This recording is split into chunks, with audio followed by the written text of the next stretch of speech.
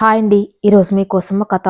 మరి కథలోకి వెళ్తే సమయం రాత్రి 2:30. నగరం శివర్లలో ఒక నిర్మానుష్యంగా ఉన్న ప్రదేశం. చుట్టూ చీకటలుముకుంది. రోడ్డుకు దూరంగా చెట్టు పొదల వెనక ఉంది తాను. కళ్ళు తెరవాలని ట్రై చేస్తుంది కానీ అప్పటి వరకు ఏడవటం వల్ల కాబోలు. ఇప్పుడు తెరవాలన్న కష్టంగా ఉంది తనకి. అప్పటి వరకు మీద విరుచుకపడ్డ మృగంతో పోరాడి పోరాడి వంటిలో ఉన్న శక్తి మొత్తం నశించిపోయింది. ఉన్న శక్తిని అంతా కలిపి లేవడానికి ఎంత ప్రయత్నిస్తూ ఉన్నాం, వేలు కదపడానికి కూడా వేలు పడ్డం లేదు. శక్తినంతా కూడగట్టుకుని లేచి కూర్చుంది. ఒళ్ళంతా రక్తం కారుతూ ఉంది. కొన్ని చోట్ల పళ్ళగాటుతూ ఉంటే ఇంకొన్ని చోట్ల ముళ్ళు గాజు పెంకులు కూర్చొని ఉన్నాయి. కూర్చుంటూనే ముళ్ళుని గాజు పెంకుల్ని తీస్తూ వచ్చే బాధని భరించలేక ఏడుస్తూ ఉన్నది. కష్టంగా ఉన్నా ఓపిక చేసుకుని వాటినన్నిటిని తీసి పక్కన పడేసి లేచి నించుటానికి పట్టుగా పక్కనే ఉన్న చెట్టుని పట్టుకుంది. ఆ చెట్టుకు కూడా కనికరం లేదేమో, దానికి ఉన్న ముళ్ళు కాస్త అరిచేతిలో గుచ్చుకున్నాయి. అప్పటికే అరిచేతిలో గాజు పెంకులు దిగిన దెబ్బ ఉంది. అది చాలదు అన్నట్టు ముళ్ళు కూడా కుచ్చుకోవటంతో రక్తం ఇంకా కారుతూనే ఉంది. తీసి గట్టిగా అదిం పట్టుకుంటూ ముందుకు నడవాలని ఒక అడుగు ముందుకు వేస్తుంది. ఒక్కసారి జారి పడిపోతుంది. చూసుకుంటే తను పన్న దగ్గరంతా రక్తం ఉంటుంది. చూసి ఒక్కసారి భయపడుతుంది. అది తన ద్వారా వచ్చింది అని తెలిసి ఇంకా ఇంకా కుమిలిపోతుంది. అక్కడే కూలబడి గుండెలు పగిలేలా ఏడుస్తూనే ఉంది. ఇక చేసేదేం లేక మెల్లగా లేచి పక్కనే ఉన్న తన స్కూటీ కనిపిస్తే వెళ్ళి అందులో ఉన్న డ్రస్సుల్లో ఒక దాన్ని వేసుకుంటుంది. ఫోన్ కోసం వెతుకుతూ ఉంది. కాసేపటి దొరికితే ఆన్ చేసి చూస్తుంది. మిస్డ్ కాల్స్ ఉంటాయి. చూస్తూనే ఇప్పుడు వాళ్ళని ఎలా ఫేస్ చేయాలి అని అర్థం కాక ఏడుస్తూనే ఉంది.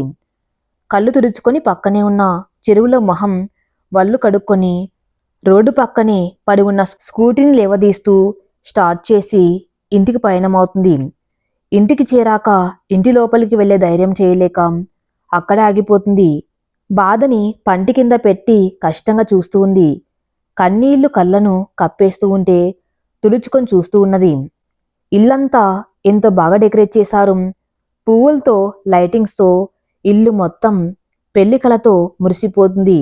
వాకిలి మొత్తం ముగ్గులతో స్వాగతం చెబుతున్నట్టు ఉన్నాయి. ధైర్యం కూడగట్టుకొని భారంగా ఒక్క అడుగు ముందుకు వేసుకుంటూ వెళ్తుంది. ఇంట్లో అడుగు పెట్టగానే బుజ్జమ్మ అంటూ ఎదురొచ్చింది వాళ్ళమ్మ సుభద్ర. ఆమె వెనకాలే వాళ్ళ నాన్న సీతారాం వచ్చాడు. వాళ్ళని చూడగానే మొహం కిందికి దించేస్తుంది. వాళ్ళు కళ్ళల్లోకి సూటిగా చూడలేక, ఏమైంది బుజ్జమ్మ, ఇంత లేట్ అయింది? ఒళ్ళంతా ఆ దెబ్బలేంటే ఏమైంది అసలు? వాళ్ళమ్మ అడుగుతుంది కంగారుగా. వాళ్ళ నాన్న చూసి ఏమైంది అన్నారు అనుమానంగా. కళ్ళ నిండా నీళ్లతో యాక్సిడెంట్ అయింది అని చెప్తుంది. అది విన్న వాళ్ళమ్మ నాన్న మొహంలో రంగులు మారటం తన చూపు దాటిపోలేదు. వాళ్ళ ఫేస్ ఎలా ఉన్నాయంటే వాళ్ళు వినకూడనిది వింటామేమో అని చూస్తున్నారు. యాక్సిడెంట్ అని చెప్పగానే కొంచెం రిలీఫ్గా అనిపించి వెంటనే బాధతో కూడిన కోపం అలుముకుంది. పెళ్లి వరకు సెలవు పెట్టవే అంటే విన్నావా? ఏదో పెద్ద నువ్వే ఊడిగం వెలగబోస్తున్నట్టు వెళ్ళావు. ఇప్పుడు పెళ్లిలో అందరు అడిగితే మేమేం సమాధానం చెప్పాలి అని వాళ్ళమ్మ అంటుంది. ఇలా జరుగుతుందని ఎవరైనా కలగంటారా ఏంటి? సరేలే, మన వియ్యంకులు అబ్బాయి మంచివాళ్ళు కాబట్టి అర్థం చేసుకుంటారు అని కాల్ చేయపోతారు. నేను బావగారికి చెప్తాను, నువ్వు వెళ్ళి అరుణ్కి కాల్ చేసి మాట్లాడు. బాబు నీతో మాట్లాడాలని ట్రై చేస్తున్నాడట. ఈ విషయం ఏం మాట్లాడకు, నేను మాట్లాడి తర్వాత చెప్తా అని చెప్తాడు సీతారాం. సరే అని తల ఆడిస్తూ రూమ్లోకి వెళ్ళిపోతుంది. సుభద్ర సీతారాం దగ్గరకు వచ్చి, ఏమండి పెళ్లి టైంలో ఇలా అయిందని అపశకునంగా తీసుకుని పెళ్లి ఆపరు కదా, కంగారుగా ఉందండి, ఒకవేళ అదే అయితే. అబ్బా, నువ్వు కంగారు పడి నన్ను కూడా కంగారు పెట్టకు, ముందు నీ బావగారితో మాట్లాడతాను అని కాల్ చేస్తాడు. హా బావగారు, అమ్మాయి వచ్చేసిందండి. ఓ సరే బావగారు, అంతా ఓకే కదా? హా బావగారు, కానీ మాటల్లో ఉన్న కంగారుకి ఏమైంది బావగారు అని అడుగుతారు అటువైపు నుండి.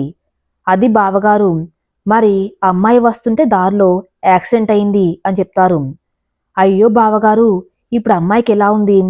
అమ్మాయి బాగానే ఉంది బావగారు, ఇప్పుడే ఇంటికి వచ్చింది, చిన్న చిన్న దెబ్బలు తగిలాయి, రూమ్లోకి వెళ్ళింది ఫ్రెష్ అవ్వటానికి. ఏదైనా ప్రాబ్లం ఉంటే చెప్పండి బావగారు. పోనీ పెళ్లిని వాయిదా వేద్దామా? అమ్మాయికి తగ్గేంత వరకు మాకేం ప్రాబ్లం ఏం లేదు. అమ్మాయి మనకి ముఖ్యం. అయ్యో, అలా ఏం లేదు బావగారు. తనిప్పుడు బాగానే ఉంది. పెళ్లి అనుకున్న ముహూర్తానికి 4 రోజుల్లో జరిపించేద్దాం అనంటారు. మరి ఇంకెందుకు భయపడుతున్నారు? అది బావగారు, పెళ్లి పెట్టుకున్నాక దగ్గర్లో ఇలా జరిగిందా అందుకే. మరి ఒక్కసారి ఏదైనా పూజ చేయిద్దామా అని. మాకైతే ఎటువంటి అభ్యంతరమూ లేదు. మీరు ఎలా అలా అమ్మాయి మా ఇంటి మహాలక్ష్మి అయితే మాకదే చాలు. మీరు ఇంకేం పట్టించుకోకండి. సరే బావగారు, బాబుతో కూడా ఒకసారి మాట్లాడి చెప్పండి. సరే బావగారు, ఉంటాను. అమ్మాయి జాగ్రత్త.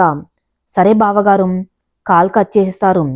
గదిలోకి వెళ్ళిన ఆమె డోర్ వేసి బాత్రూంలోకి వెళ్ళి షవర్ ఆన్ చేసి కిందనే కూర్చుండిపోతుంది. వల్లంతా వేడి నీళ్ళకి మండుతుంది. దెబ్బల మీద ఇంకా ఎక్కువ నొప్పి వస్తూ ఉంటుంది. మొదటిసారి తన్ని తాను చూడ్డానికి అసహ్యంగా అనిపిస్తుంది. చాలాసేపు తనివి తీర ఏడ్చి తలకు స్నానం చేసి బయటకు వస్తుంది. రెడయి రూమ్లో మంచినీళ్ళు లేక బయటికి వస్తుంది. ఇంతలో బయట మాటలు వినిపిస్తాయి. ఏమన్నారండి అన్నయ్య గారు? అమ్మాయి జాగ్రత్త అంటున్నారు. ఇంత జరిగింది అని చెప్పినా ఏమన్నం లేదు. నిజంగా లాంటి మంచి మనసులు ఉన్నారు కాబట్టే ఈ లోకం ఇంకా ఇలా ఉంది. అరుణ్కి చెప్తా అన్నారు. వీలైతే పూజ ఒకటి చేపిద్దాం పెళ్లికి ముందు. సరే అండి, అయినా దీని జాతకమే అంతా. ఎప్పుడు చూడు ఇది సవ్యంగా జరిగింది అని, దీని విషయంలో ఇలా ఏదో ఒకటి జరుగుతూనే ఉంటాయి. ఏంటో మన తలరాత ఇలా దాపురించింది. అది విన్న మరుక్షణం రూంలోకి తిరిగి వెళ్ళిపోయి మోకాళ్ల మధ్య మొహం దాచుకుంటూ జరిగిన దాన్ని వద్దు అన్న జ్ఞాపకం రావటంతో కుమిలి కుమిలి ఏడుస్తూ ఉంది. రూంలోకి వెళ్ళిన ఆమె మోకాళ్ల మధ్య తల పెట్టి ఏడుస్తూనే ఉంది. ఎందుకు దేవుడా నన్ను పుట్టించావు? ఆడపిల్లగా పుట్టినందుకు ప్రతి క్షణం అనుమానాల అవమానాలు భరిస్తూనే ఉన్నాను. జీవితం మొత్తం ఇంతేనా అని విరక్తిగా బతుకుతూ ఉంటే అరుణ్ గారిని పరిచయం చేసి జీవితం మీద ఆశలు తెప్పించావు. ఆయన నన్ను అర్థం చేసుకున్నట్టు నా తల్లిదండ్రులు కూడా నన్ను అర్థం చేసుకోలేదు. అంత మంచి మనసుని నా జీవితంలోకి పంపించావు అని ఎంతో ఆనందపడ్డాను. కానీ ఇప్పుడు ఆయనకి నా మొహాన్ని కూడా చూపించలేనంతగా చేసావు కదా. నీకిది న్యాయంగా ఉందా? ఎందుకింత బాధనిచ్చే బదులు ఒకేసారి చంపేయొచ్చు కదా అని తల కొట్టుకుంటూ ఏడుస్తుంది. కాసేపటికి లేచి బెడ్ మీదకు వెళ్ళడానికి లేస్తుంది. 2 అడుగులు వేయగానే అమ్మా అంటూ అరుస్తూ ఉన్న చోట కుప్పగొలిపోతుంది. అమ్మ అంటూ కడుపు పట్టుకుని ఏడుస్తూనే ఉంది. అలా బెడ్ మీద అతి కష్టంగా ఎక్కి కూర్చొని వెనక్కి వాలి ఏడుస్తూనే ఉంది. నొప్పి ఎంతకి తగ్గటం లేదు. ఎప్పటికో అలా కూర్చొని తనకి తెలియకుండానే నిద్రపోయింది. పొద్దున సూర్యకిరణాలు మొహానికి తాగ్గానే భారంగా కళ్ళు తెరిచింది. కళ్ళు కదులుతున్నాయి, లేవడానికి ట్రై చేస్తుంది కానీ కుదరటం లేదు. వంటి మీద గాయాల నొప్పి రూపంలో గుర్తు చేస్తున్నాయి. ఒక్కో అడుగు వేసుకుంటూ వెళ్ళి ఫ్రెష్ అయి వచ్చింది. అద్దం ముందు నించుంది అన్న మాటే గాని మొహం చూడ్డానికి కూడా ఇష్టపడ్డం లేదు. అయిష్టంగానే చూసుకుంది. ఎర్రగా కందిపోయి ఉన్నాయి. మొహానికి అక్కడక్కడ ఘాట్లు, కొన్ని దగ్గర్లా ఎర్రగా వాచి ఉన్నాయి. తన మొహం తనకే కొత్తగా కనిపిస్తుంది. ఎలా ఉండేదసలు? తెలుపు అంటే మరీ అంత తెలుపు కాదు, ఒక మాదిరి, చూడగానే ఆకర్షించేంత. గుండ్రని మొహం, కలువరేకుల్లాంటి కళ్ళు, చక్కని బాణాల్లాంటి కనుబొమ్మలు, చిన్న చిన్న ఎర్రని పెదాలు. ఇప్పటికీ అప్పటికి ఉన్న తేడా తెలుస్తుంది. తనకి ఆలోచనలో ఉంటూనే మొహానికి బొట్టు పెట్టుకొని బయటకు వస్తుంది. కిందికి రాగానే దేవుడి గుళ్ళో వెళ్ళి దేవుడికి దండం పెట్టుకుని అరుణ్ణి కలవటానికి గుడికి స్టార్ట్ అవుతుంది. గుడి దగ్గర స్కూటీని మెకానిక్ షాప్లో రిపేర్కి ఇచ్చి గుడికి నడుచుకుంటూ వెళ్తుంది. గుళ్ళోకి వెళ్లకుండా బయటనే కులం దగ్గర కూర్చొని ఆలోచిస్తూ ఉంటుంది. అక్కడికి ఒక పంతులు వస్తారు. ఏంటమ్మా ఒక్కదానివేళ కూర్చొని ఆలోచిస్తున్నావు? పెళ్లి కుదిరింది కదా, అయిపోయాక అందరిని వదిలేసి ఎలా వెళ్ళాలా అని ఆలోచిస్తున్నావా? ఒక చిన్న నవ్వు నవ్వుతుంది. లేదు పంతులు గారు, నాకొక చిన్న సందేహం తీరుస్తారా? ఏంటమ్మా అది? నిస్సంకోచంగా అడుగు. ఈ కులంలో స్నానం చేసి ఆ దేవుణ్ణి ఏం కోరుకుంటే అది జరుగుతుందంటారు కదా పంతులు గారు. అవునమ్మ, ఇంతవరకు నోరు తెరిచి అడిగిన వాటిని ఎప్పుడు కాదనలేరు ఆ బోలాశంకరుడు. మనుషులలో ఉన్న ఎటువంటి మలినాన్ని అయినా చెరిపేసి పవిత్రంగా మార్చగలదా? నిస్సందేహంగా తల్లి, ఇప్పుడు నువ్వు చేయాలనుకుంటున్న కార్యం ఏదైనా ఎటువంటి ఆటంకమైనా ఈశ్వరండ ఉన్నంత వరకు నీకేం కాదు. విజయం తప్పక నిన్ను వరిస్తుంది. నాకు అదే కావాలి పంతుగారు అని తనని తాను తీర్మానించుకొని కొలంలోకి దిగి స్నానం చేసి బయటకొస్తుంది. 3 సార్లు మునిగి లేచేసరికి ఎదురుగా నవ్వుతూ అరుణ్ కనిపిస్తాడు. నీటిలో మునిగి పైకి లేచేటప్పటికీ ఎదురుగా చూస్తూ ఆ నీటిలోనే కన్నీటిని రాల్చింది. ఎదురుగా అరుణ్ తన్నే చూస్తూ నవ్వుతూ నించున్నాడు. భగవంతుడా, ఏంటి నాకు పరీక్ష? అతన్ని చూస్తూ అతన్ని వదులుకోవటం కష్టంగా ఉంది. ధైర్యాన్ని ఇవ్వు స్వామి అంటూ ముందుకు అడుగులు వేసింది. అతని చిరునవ్వుని చూస్తున్నప్పుడల్లా అది చెరగటానికి నేను కారణమవుతానని భయమేస్తుంది. హాయ్ ద్రాక్షాయిని అని అన్నాడతను. నన్ను చూశారన్న సంతోషం కొంచెం, నా వంటి మీద గాయాల్ని చూసి నాకేమైందో అన్న కంగారు కొంచెం కలిపి, నేను ఏమనలేదు విరక్తిగా ఒక నవ్వు పడేశా. ఇప్పుడు ఎలా ఉంది, తగ్గిందా అని అన్నాడు. అన్నిటికీ మౌనమే సమాధానం. నా వైపు నుండి అలా కొంచెం ముందుకు అడుగులు వేస్తూ అసలేం జరిగింది అన్నాడు. అడుగులు నిలిచిపోయాయి. నాకొక్క క్షణము సన్నటి నీటి ప్రవాహం మొదలైంది నా కంటిలో. తాను నా వెనకాలే వచ్చి నా భుజం మీద చేయి వేశాడు. ఎంత ఫాస్ట్గా వేశాడో అంతే ఫాస్ట్గా నేను చేయి తీసేశాను తంది. ఏమైంది తనకి తెలిసేటప్పటికీ ఎదురుగా దండం పెట్టుకుని నించుని ఉన్న నేను కళ్ళ నిండా నీళ్లతో తల ఎత్తి చూశాను. కూసింత అయోమయంగా కూసింత ఆశ్చర్యంగా చూస్తున్నాడు తను నన్ను. ఏమైందంటూ మళ్ళీ నా చెయ్యి పట్టుకోబోయాడు. వెనక్కి జరిగి కష్టంగా మాటలు కూడబలుకుతున్నాను నేను. ఈ పెళ్లి వద్దు ప్లీజ్, నాకు అందుకు అర్హత లేదు, నేను అపవిత్రం అయిపోయాను, నేను మీకు సరికాను అంటూ ఏడుస్తూనే ఉన్నాను. అదే పొజిషన్లో ఉండి అటువైపు నుండి మాట లేదు. చెప్పేసిన తర్వాత గుండెల మీద కొంచెం భారం దిగినట్టుగా అనిపిస్తుంది. కాని తల ఎత్తి కళ్ళల్లోకి సూటిగా చూసే ధైర్యం చేయలేకపోతున్నా. గట్టిగా ఊపిరి తీసుకుని ఒకసారి వదిలి తలెత్తాను. అరుణ్ కంటినీళ్ళ నీళ్లతో నా వైపు చూస్తున్నాడు. కొంచెం కదిలించిన ఉన్న చోటే కూరుకుపోయేలా ఉన్నాడు. కదపాలన్న భయంగా ఉంది. మెల్లగా పిలిచాను, అరుణ్. ఎటువంటి రెస్పాన్స్ లేదు. అరుణ్ ఈసారి గట్టిగా అరిచాను. ఈ లోకంలోకి వచ్చాడేమో. కంటి నిండా దాగి ఉన్న నీళ్లు బయట దారలే కారుతున్నాయి. ద్రాక్ష అన్నడతను. ఆ పేరు తన నోటి నుండి వినడానికి కూడా నాకు అర్హత లేదనిపిస్తుంది. ఏమంటున్నావు నువ్వు అన్నాడు భయం భయంగా. నిజం అన్నట్టు కన్నీరు కారుస్తూ తలదించేశాను. మెట్ల గట్టుపై ఒక్కసారిగా కూలిపోయాడు. అతను ముందుకు వెళ్ళాను. చేతులెత్తి నమస్కరించి, నన్ను క్షమించండి, నేను నన్ను రక్షించుకోలేకపోయాను, బలవంతం చేయబడ్డాను, చేజేతుల నా జీవితం నాశనం అవుతున్నా నన్ను నేను కాపాడుకోలేకపోయాను, ఒక మృగం నా మీద విరుచుకపడుతున్నా నేను దాన్ని అడ్డుకోలేకపోయాను అంటూ అలా కూర్చుండిపోతుంది. గట్టిగా శబ్దం వినిపించింది. అటువైపు చూశాను. అరుణ్ నిల్చున్న చోటే ఉంటూ పక్కన ఉన్న గోడకేసి గట్టిగా కొట్టాడు అని అర్థమవుతుంది. తన మొహం వైపు చూశాను. కళ్ళు 2 చింత చిప్పుల్లా ఉన్నాయి. అవి చూస్తూనే అర్థమవుతుంది తనెంత కోపంగా ఉన్నాడు. అరుణ్ అన్నాను భయంగా. అతనేం మాట్లాడడం లేదు. నా వైపు చూశాడు. అంతే, ఆ చూపులోనే అర్థమవుతుంది నాకు మాట్లాడడానికి అవకాశం ఇస్తున్నారని.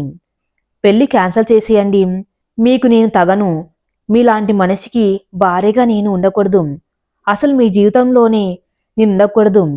ద్రాక్ష అన్నారు కళ్ళు తుడుచుకుంటూ. తల పైకెత్తి చూశాను. ఇంతవరకు నన్నెంత ప్రేమగా చూశావో ఆ కళ్ళు ఇప్పుడు కూడా అంతే ఆర్తిగా చూస్తున్నాయి. నా కళ్ళని నేను నమ్మలేకపోయాను. నా ఎదురుగా వచ్చి నించున్నారు. నా కళ్ళలోకి సూటిగా చూస్తూ నా భుజం పట్టుకుని లేపి నిల్చోబెట్టారు. ఇప్పుడు నన్నేం చేయమంటావు? ఏంటి అన్నట్లు చూశాను నేను. ఇప్పుడు నాకు నిజం చెప్పి ఏం చేయించాలనుకుంటున్నావు?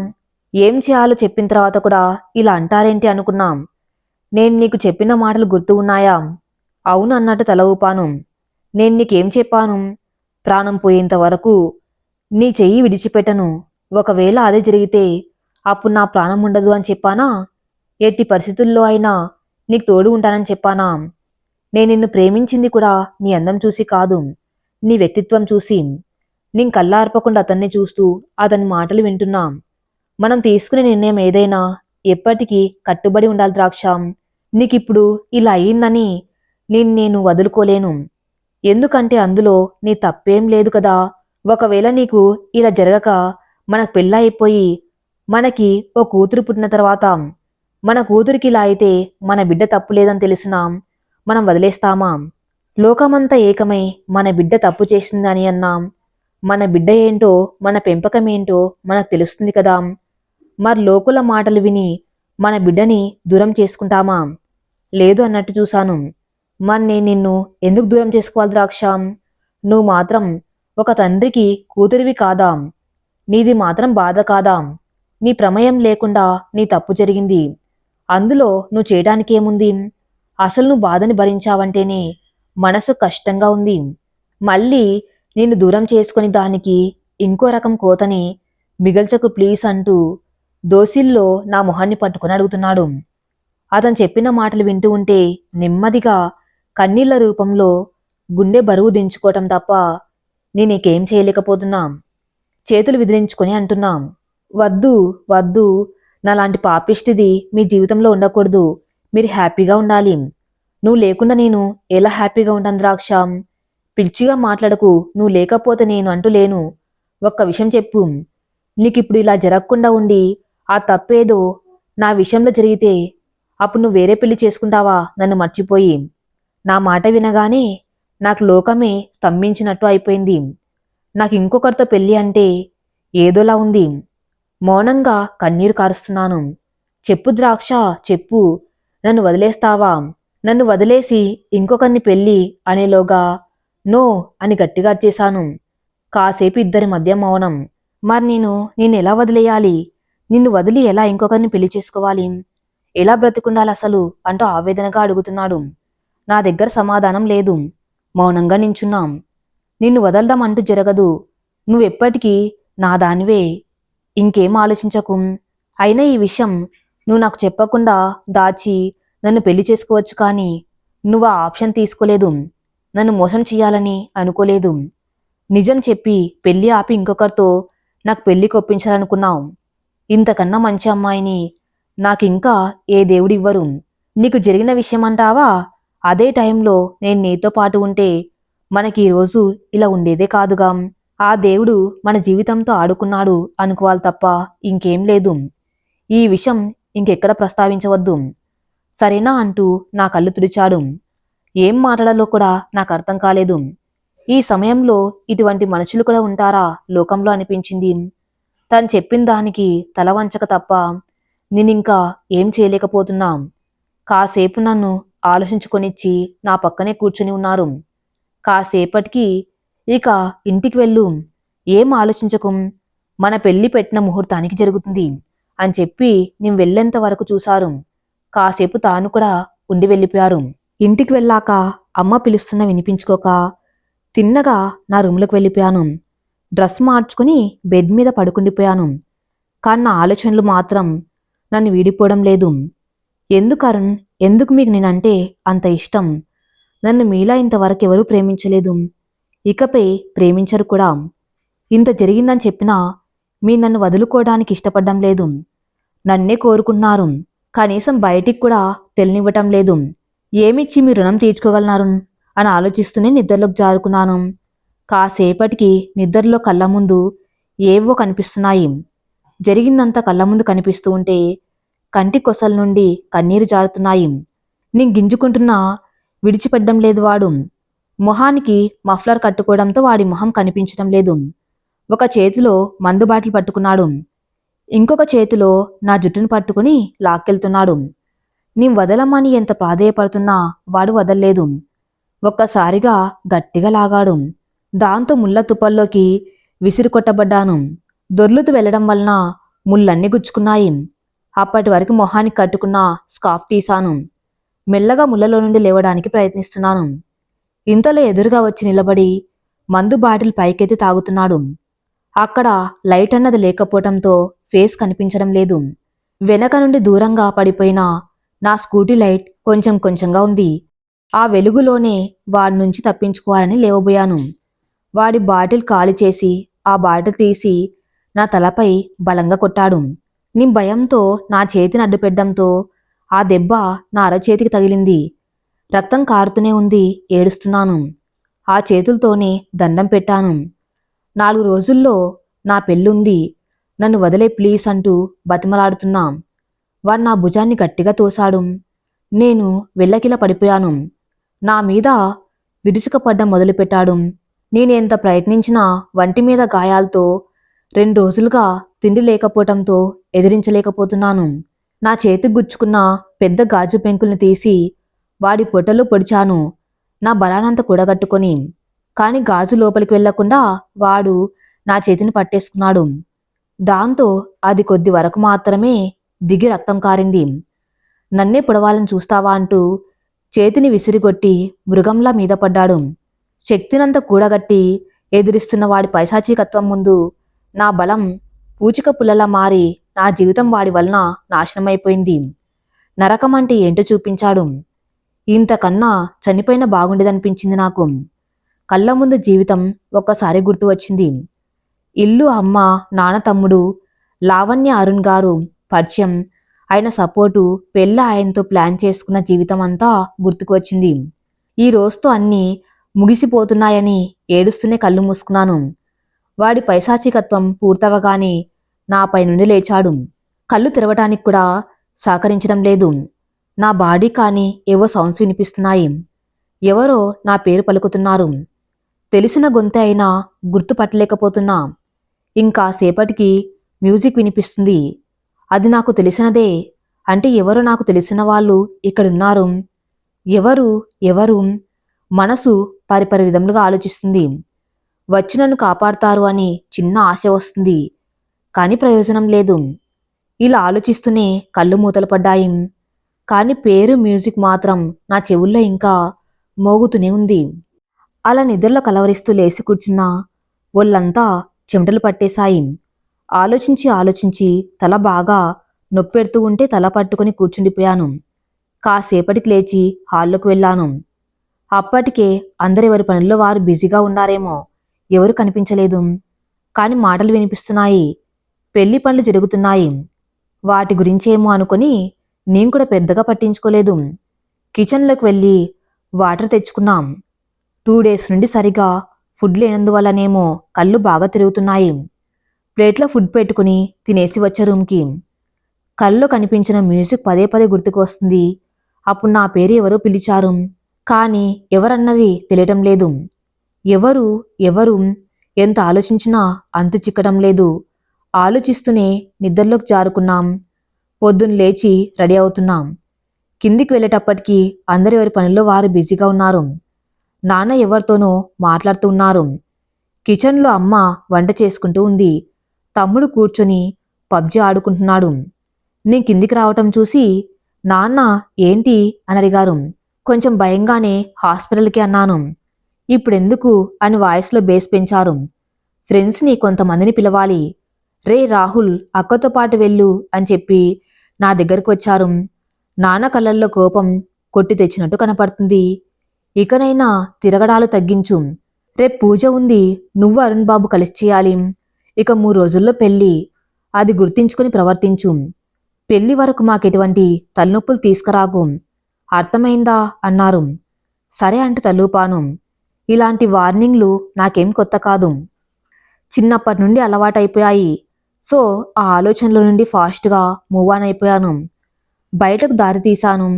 నా వెనకాల మా తమ్ముడు కూడా వచ్చాడు.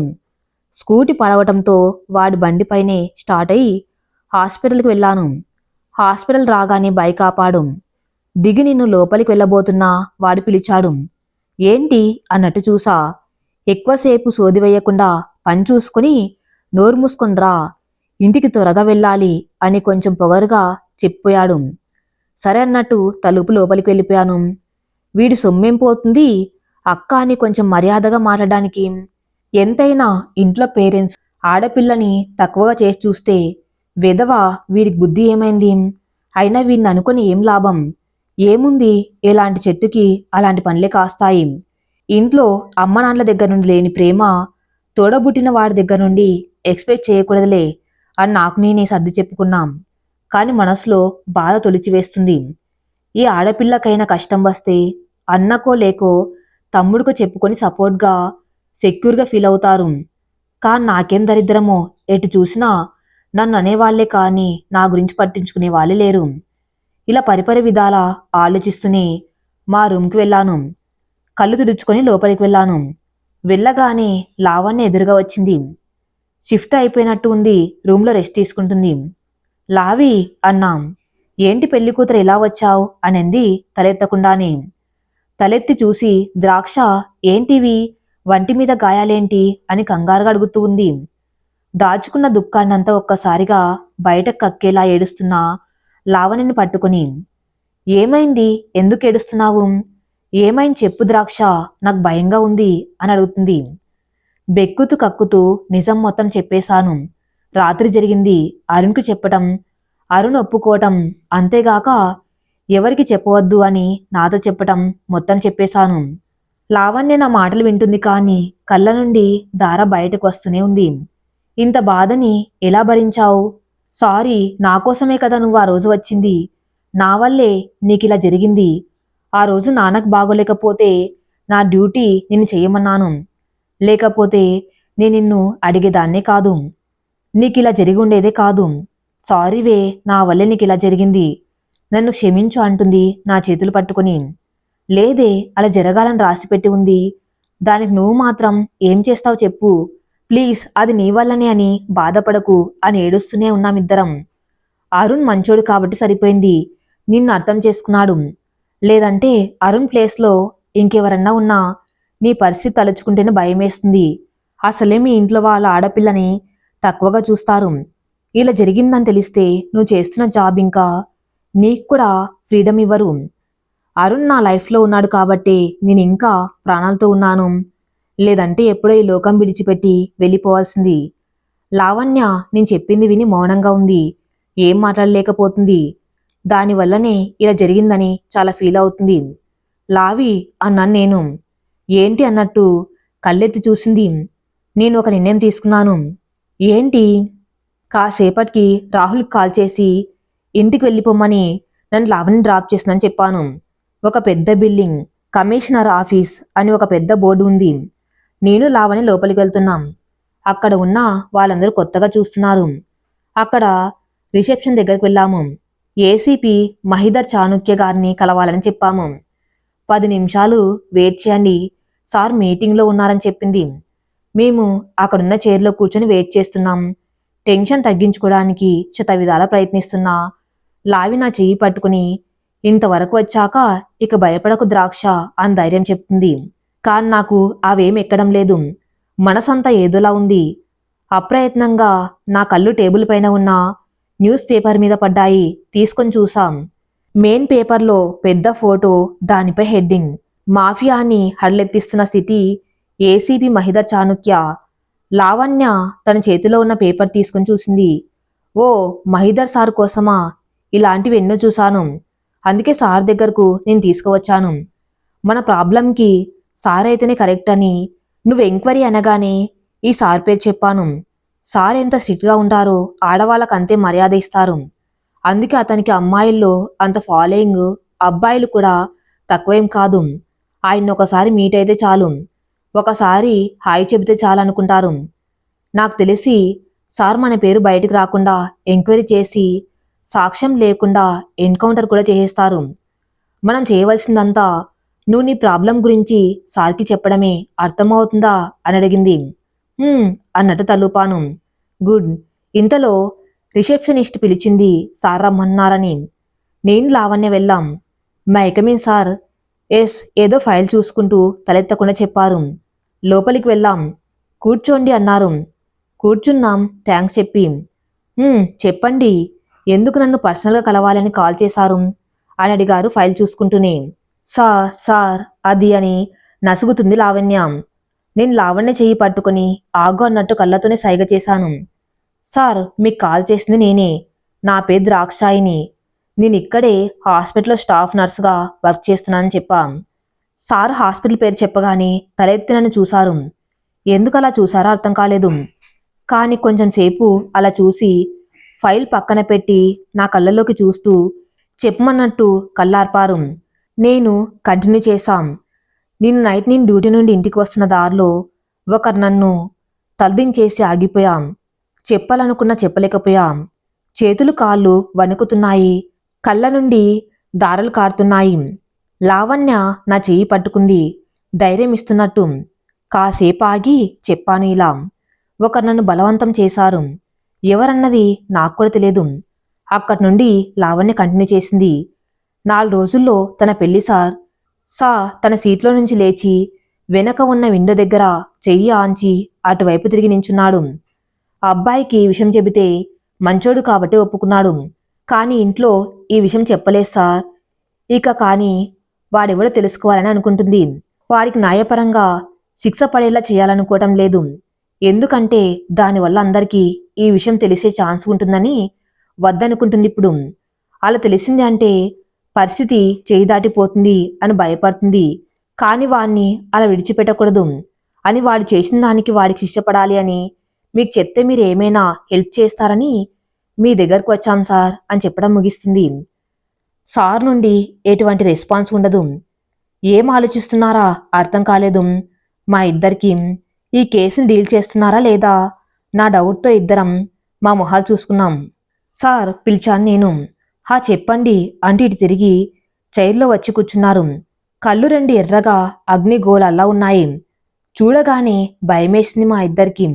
అతను మాత్రం నా కళ్ళల్లోకి అలా చూస్తూ ఉన్నాడు. అతను తన ఆన్సర్ ఇంకా ఇవ్వలేదు. కానీ అతనికి చెప్పిన తర్వాత నా మనసు చాలా తేలికగా ఉంది. అతను నా కళ్ళల్లోకి చూస్తూ ఉంటే నాకంటే ఇంకా ఏం కాదన్న భరోసా ఇస్తున్నట్టే ఉంది. కాని కళ్ళల్లో మాత్రం కోపం, బాధ, అసహనం, దుఃఖం అన్నీ ఒకేసారి కనిపిస్తున్నాయి. మళ్ళీ నేనే మొదలుపెట్టాను. నేననే కాదు, ఒక అమ్మాయిగా చెప్తున్నా. వాడింత చేసి కూడా చీమ కూడా కుట్టినట్టు ఉన్నాడు. ఒక అమ్మాయి జీవితం నాశనం చేసినా కూడా ఏం ఎరగనట్టు హ్యాపీగా ఉన్నాడు. అలాంటి వారు ఖచ్చితంగా శిక్షకు అర్హులు. వాళ్ళు ఖచ్చితంగా శిక్ష పడేలా తీరాలి. ప్లీజ్ సార్ మాకు హెల్ప్ చేయండి ప్లీజ్ అంటూ చేతులెత్తి దండం పెట్టాను ఏడుస్తూనే. అతను ఒక్కసారి మెరుపు వేగంతో లేచి కిటికీ పక్కకు వెళ్ళి నిలబడ్డాడు. కోపం వచ్చిందేమో అనుకున్నాను. సార్ ప్లీజ్ మీరు కోప్పడవద్దు. మాకు తెలుసు ఇలా న్యాయంగా కాకుండా వాడికి శిక్ష పడాలంటే రూల్స్ ఒప్పుకోవని. కానీ మాకు ఇంకొక దారి కనిపించడం లేదు. ప్లీజ్ సార్ అన్నాను నేను. ద్రాక్షాయిని అన్నారు కొంచెం వణికే గొంతుతో. వినగానే నా మనసు మెలిపెట్టినట్టయింది. తల తిప్పి నా చైర్ పక్కకు వచ్చి నిలబడ్డారు. నేను కూడా నించున్నాను. వాడు ఎలా ఉంటాడో చూసావా? లేదు సార్, కానీ ఒక మ్యూజిక్ విన్నాను. అది రింగ్టోన్ లాంటిది. అదే నేను ఇంతకుముందు విన్నాను. కానీ ఎక్కడ విన్నది ఎంత ట్రై చేస్తున్నా గుర్తు రావటం లేదు. నీకు గుర్తు వస్తే చెప్పండి. అలాగే ఇంకేమైనా క్లూ లాంటిది దొరికితే నాకు చెప్పండి. మీరిక ఈ విషయం బదిలేయండి, నేను చూసుకుంటా అన్నారు.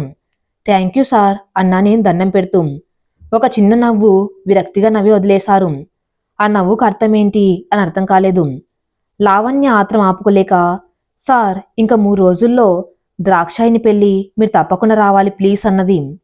సార్ వెనక్కి తిరిగి వెళ్ళి చైర్లో కూర్చుని ఫైల్స్ చూసుకుంటూ ఉన్నారు.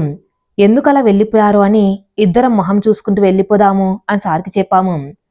సార్ మేము ఇక బయలుదేరుతాము. థ్యాంక్ యూ సార్ అని చెప్పి బయటకు అడిగేశాము. హమ్మయ్య, ఒక పని అయిపోయింది. ఇక వాడు దొరకడమే లేటు. ఒకే దెబ్బకి వాడి పని అవుటని తెగ ఎగ్జైట్ అయిపోతుంది లావణ్య. సరే సరే ఇప్పటికి లేట్ అయింది పద అంటే ఇద్దరు ఇంటికి వెళ్ళిపోతారు. ద్రాక్ష, లావణ్య ఏసీపీ మహీధర్ చాణిక్యని కలిశాక తిరిగి వెళ్ళిపోతారు. ఏసీపీ తన క్యాబిన్లో చైర్లో కూర్చుని వెనక్కి వాలి కళ్ళు మూసుకుంటాడు. గుండె అంత భారంగా ఉంటుంది. అది కళ్ళ చివరి నుండి బయటకు వస్తూ ఉంటుంది. కాసేపటికి ఎవరు కలవడానికి వస్తే కళ్ళు తుడుచుకొని వాళ్ళతో మాట్లాడతారు. లావణ్య ద్రాక్షని ఇంటి దగ్గర డ్రాప్ చేస్తుంది.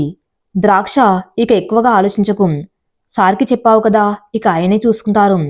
ఇంకొక విషయం, ఈ విషయం అరుణ్ గారికి చెప్పాలనుకుంటున్నావా? లేదు. ఎందుకు? చెప్తే ఆయన కూడా హెల్ప్ చేస్తారు కదా. ఆయనే చెప్పారు ఎవరికి చెప్పవద్దు అని. అలా చెప్తే నాకు ఇలా జరిగిందన్న విషయం బయటకు వస్తుంది. ఇలా బయటికి వచ్చినా అది మా 2 కుటుంబాలకు మంచిది కాదు అని అనుకుంటున్నారు. ఆయన లైఫ్లో నేను ఉండాలి అనుకుంటున్నారు. బయటకు తెలిస్తే అది ఎప్పటికీ జరగదు. అందుకే ఎవరికి చెప్పవద్దని మాట తీసుకున్నారు. సరేలేవే, నేను చెప్పవలసింది చెప్పాను. అయినా ఆ తర్వాత తెలిస్తే నిజమే, అందుకే సమయం చూసుకొని నేనే చెప్తాను. కాని ముందు వాడెవడో తెలియాలి గదా! తెలిసి నేను అనుకున్న చేశాక అప్పుడు చెప్తా. సరే నీ ఇష్టం బాయ్ అని చెప్పి వెళ్ళిపోతుంది. బాయ్ అని చెప్పి లోపలికి వెళ్ళిపోతుంది ద్రాక్ష. లోపలికి వెళ్ళేటప్పటికి చుట్టాలంతా వచ్చి ఉంటారు. ఇల్లంతా కోలాహలంగా ఉంది. ద్రాక్షను చూసి పలకరిస్తారు. ద్రాక్ష కూడా వాళ్ళని చూసి పలకరించి తన రూమ్కి వెళ్ళిపోతుంది.